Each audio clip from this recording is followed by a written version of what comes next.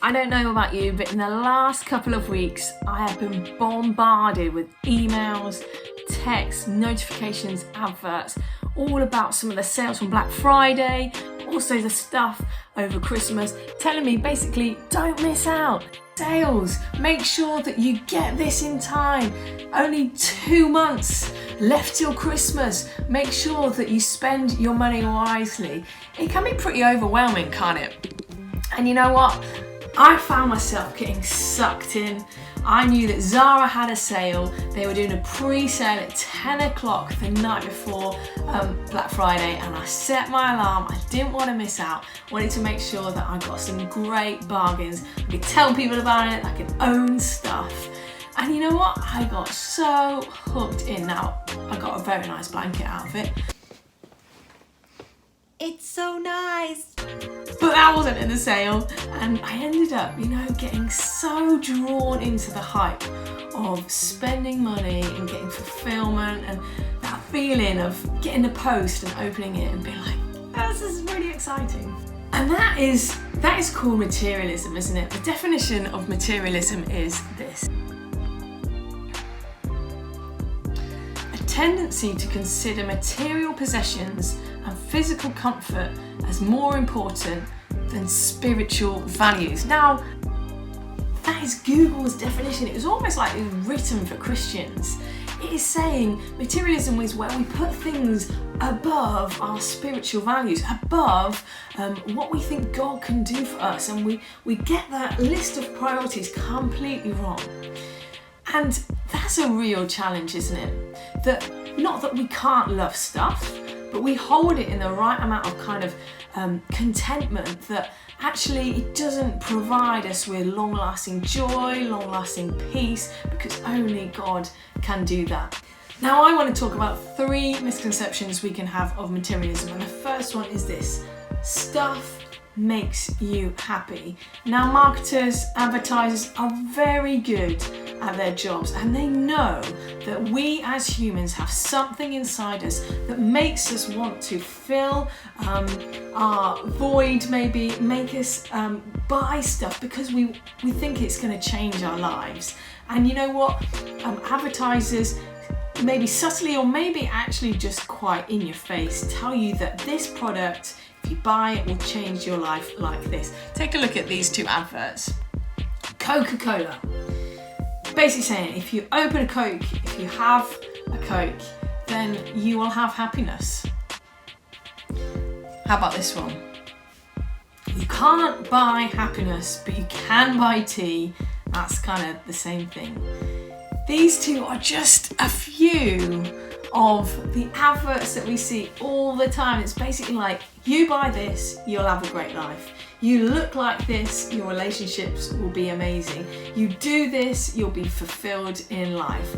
And we are to hold these things lightly. Yes, we know that they can provide some happiness, some contentment, but actually, how long does that last? It's not that we can't enjoy those things, but are we holding it above our spiritual values, that is God is bigger than all of those things, and he can provide even more than we can ever imagine with some of our material possessions.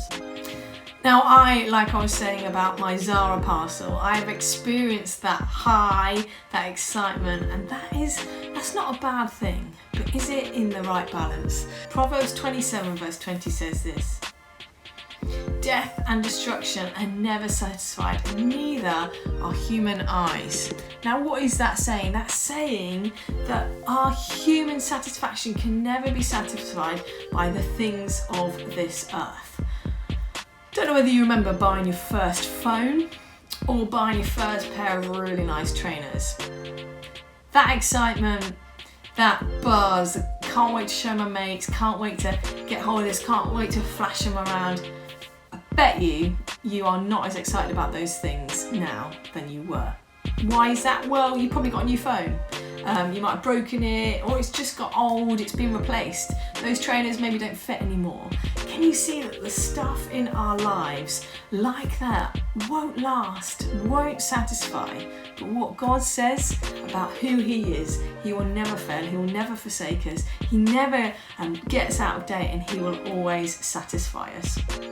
And you know what? It only takes looking at a few celebrities who, have literally got everything in terms of material possessions, and actually seeing some of them sadly struggling to be happy, to have joy, struggling in relationships, struggling with fame and fortune, and actually sadly seeing some of those take their own lives because at the end of the day, those things can't provide that happiness and that lifelong fulfillment that we often think they should. And number 2, having things makes us feel more important. If I just get those trainers, if I just get that jacket, if I just get that new phone, then maybe I'll be accepted. Maybe people will think I'm cool. Maybe I'll just feel like I fit in more. I can definitely relate to those things. But what does the Bible say? When Jesus was asked by someone how his brother should split up his inheritance from his dad, he said this: "Friend, who made me a judge over you to decide such things as that?" Then he said, "Beware, guard against every kind of greed. Life is not measured by how much you own." Life is not measured by how much you own. The fact of your possessions doesn't correlate with how important your life is. God has a plan for you, no matter how much stuff you've got, how you spend your money, what you look like. If we want significance and importance, we're not going to find it from the things that we own, because you know what? They run out. They like a phone, they break, and actually our importance comes from within and not from our material possessions. And number 3, having more things will make me more secure. Check out what Proverbs 18:11 says. It says this: "The rich think of their wealth as a strong defense. They imagine it to be a high wall of safety." Now, unfortunately, we know that this isn't the case. Money can't change certain things. Money can't change that diagnosis we've been given or a family member's been given. Finances, money can't change a relationship breakdown. Money can't change that anxiety about something. And that is where we can go to God. We can't take our money with us when we die, but we can take our relationship with God, and that is what can change our lives now, before eternity and eternity. We can have security. Our identity can rest in the fact that God can provide us that peace, that God can be our healer, that God can restore that relationship. It's all about getting those priorities right. So how do we break the power of materialism? Well, we're going to go through 3 things super quick. Number 1 being resist that comparison trap. We've all been there, haven't we? Instagram, TikTok, whatever it looks like. We've had a great day doing fun things. We're content. We jump on Instagram. We see someone else is doing something different. We suddenly think, are they having a better time than us? Theirs looks more exciting. And suddenly we go from feeling on cloud 9 about our lives to feeling like I'm missing out. I don't lead a life like that. And it can be so dangerous, can't it? It can lead to envy, can lead to jealousy, can just lead to those feelings of discontentment. Whereas actually what we were doing was great. We enjoyed it. I really want to challenge us all.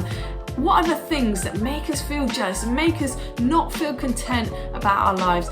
It is so in our human nature to feel those things, but how can we stop those things? What things do we need to put in place so that we don't feel discontent about our lives when we look at someone else's?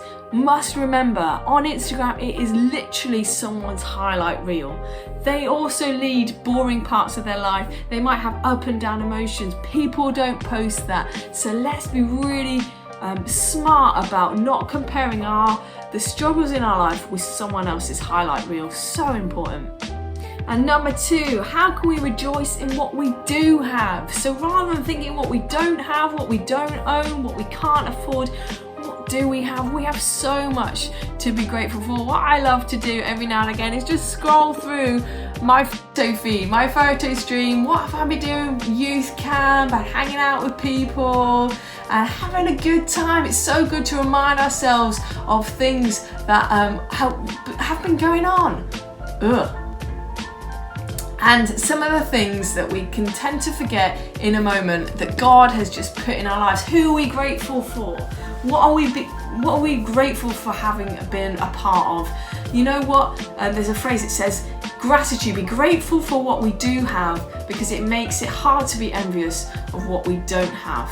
We have so much in this world. Let's take some time reminding ourselves and then ultimately thanking God for those things. In Hebrews 13:5 it says this: don't love money, be satisfied with what you have, for God has said, I will never fail you, I will never abandon you. God's best gift is that He will never leave you. He will provide everything you need, whether you can afford the things of this world or not. God says, no matter what, I will never leave you without. I will give you everything you need. And number 3, return the first 10% back to God. You might be familiar with this. It's what we call tithing. It is when we give 10% of the money that comes in back to God, back to His church. Now, you might be thinking, well, I don't earn any money. I don't have a full-time job. I'm only 15. Yeah, I get that. But is there money coming into you? Do you do chores at home? Do you do a paper round? Do you do a small job for other people? Hey, even the pocket money that you get, by giving 10% back to God, and it's the first 10%, that's quite important, the first 10%, we're reminding ourselves that actually, God, I wouldn't even be here without you. You've given me the breath in my lungs. You've given me the skills. You've given me the knowledge. You've given me the brain to be able to work, the physical body to be able to do those chores. And actually, God, I trust in you. I trust that I won't lack if I give you the first 10%. But actually, I want to give you back the thanks and praise for who you are, for what you have given to me. This world is God's, and He has blessed us with this. And so we are challenged and encouraged to give 10% and trust that God will never leave us without. So in summary, how can we be free from materialism? Well, it is getting God in His rightful place at the top, our spiritual values at the top, and the rest fall into place. Stuff isn't bad, but I love this phrase, it's okay to have stuff, but don't let stuff have you. If you realise that you are so drawn to buying stuff and you're trying to seek that emotion every time you buy stuff, or you're just quite absorbed by what you've got, then maybe you need to do a reshuffling of priorities, because you know what? God wants to be your number one. God wants to be the number one person you come to when you want that excitement and that joy and that peace and that security. Your importance comes from God. Our security comes from God. Our happiness comes from God. And I think we can all learn something from this, that when we come to maybe even Christmas and we're seeing our importance coming through our gifts, let's reframe our mind. Ask God to help us with just getting those priorities right, so that God is the ultimate provider of everything we need. Hey, thanks so much for watching KingsGate Youth here on YouTube. Make sure you like the video, maybe leave us a comment and subscribe if you haven't already. If you can't get enough KingsGate Youth, you can follow us on Instagram and TikTok as well at kingsgate.youth. We'll catch you in the comments.